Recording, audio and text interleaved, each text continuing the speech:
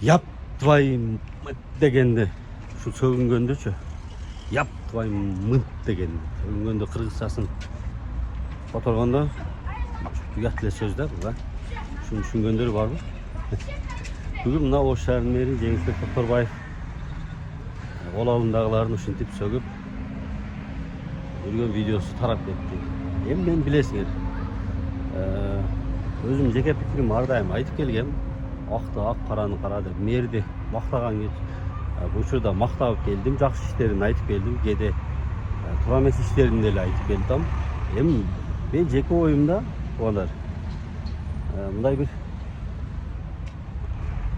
нерсеге салыштырып адилеттүүрөөк болсун деп жеке оюм айтам да, анан кошоматтанып эле кимдир бирөөгө жагына кылайын деп эле андай кыла бербейм. Анан бирок ошол сөгүнгөн баягы кол алдындагылардын ушинтип апасына асылып сөгүп атса, мен таң калганым, баягы чоң эле аялдар, кыздар, келиндер туура деп молодец эле молодец, антпесе иштебейт дегенди таң калтырып койду да меничи. Эми ушулар дагы апа, же келечекте апа болот. Может, балким ал сөгүнгөндө мына которулушун түшүнбөйбү же билбейби дейм да. Биз эми аял кишилерди, апаларыбызды, кыздарды мындай ар дайым алдыга коюп, ар дайым бийик туtuп келгенбиз да. Ошол катары эле мен дагы ким болбосун, кандай болбосун апасына асылбагыла дейм да. Ошо мэрге дагы ошентип мен жаздым. Facebook'та жаздым. Андан көрө снос кылып таштабайсызбы командаңызды депчи.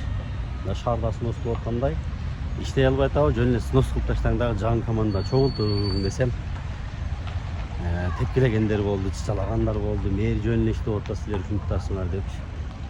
Айланайын, ким болбосун бирөөнүн апасына асылбаш керек да, туугандар. Апа деген бул ыйык нерсе да. Муну баарыбыз жакшы билебиз да.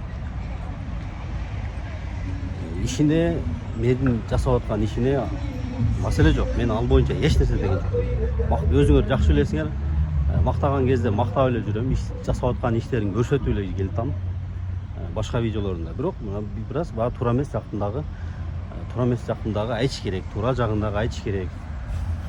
Ошентип үйрөнүшүбүз керек, бир аз адилеттүүрөөк болуп, жана баардыгыбыз эле кошоматтанып, итак эле кошоматчылар азыр канча 1 сом алчтык болуп кетти да. Көбөйүп кетти ошондойчу. Ошон үчүн адилеттүүрөөк болуп, ал деле колунда иштегенин апасына асылып атат, ал деле баягы баласын төрөгөнүнө бушайман жебеш керек да. Элдин алдында, туугандардын алдында иште мындай болуш керек да. Уят деген нерсе болуш керек, мамлекеттик жетекчи дегендечи. Одан көрө жөн эле кызматтан алып койсун, иштей албай атасың давай депчи. Эми мен деле туура түшүнөм, балким бирөө камерага аны айтпай эле бияктан тартып атканда түшүп калгандыр. Баягы кызукандылык алып, нервничать этип, мэр дагы иштеп атат, көрүп атабыз.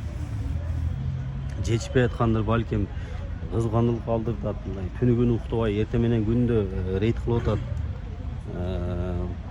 Бирок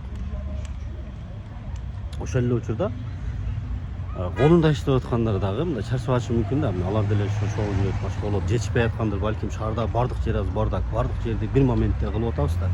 Жолдорду дагы, асфальт төшөгөн жерди дагы, лотокторду дагы баардыгын бир моментте кылып атабыз. Ошондуктан балким жетишпей атышы дагы мүмкүн. Ошон үчүн туура түшүнүш менен кабыл алып, андан көрө ошол мэрди сөгүнбөй, бирөөнү жок дегенде өзүн сөксүн.